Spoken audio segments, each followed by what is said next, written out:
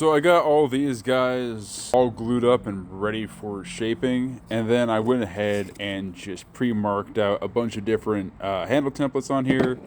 Just get straight to the shaping and not have to worry about fiddling around.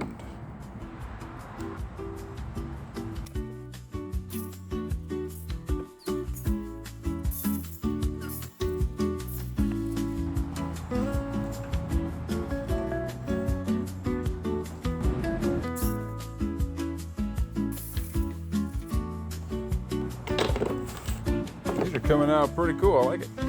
From here, I'll just hand sand this, get the finishing done, and we'll do all the stain and oil. So far, so good. I dig it. Quite a few different styles, so let me know what you're thinking. Make it happen. Hope you're all having a good Monday.